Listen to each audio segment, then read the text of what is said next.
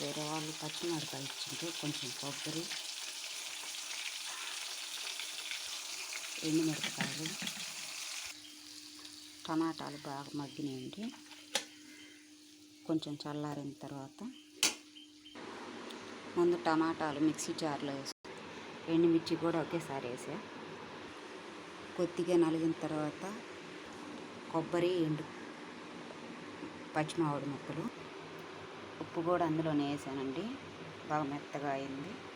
తర్వాత అదే బాండిల్లో ఇంకొంచెం నూనె అండి,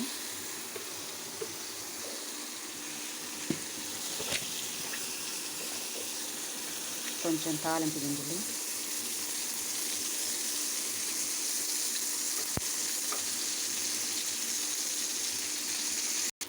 నూనె బాగా కాగిందండి. తాలింపు గింజలు వేసేసిన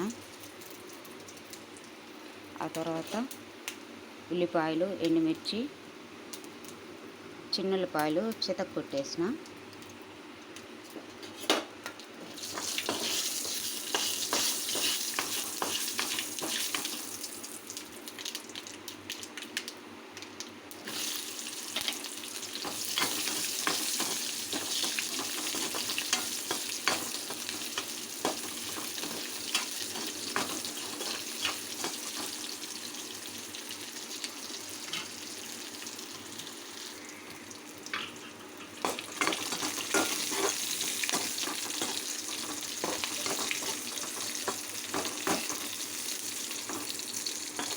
కొంచెం ఎర్రగా వేగితే చాలండి.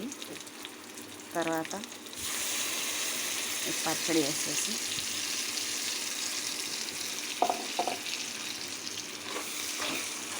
కలబెట్టుకోవాలండి.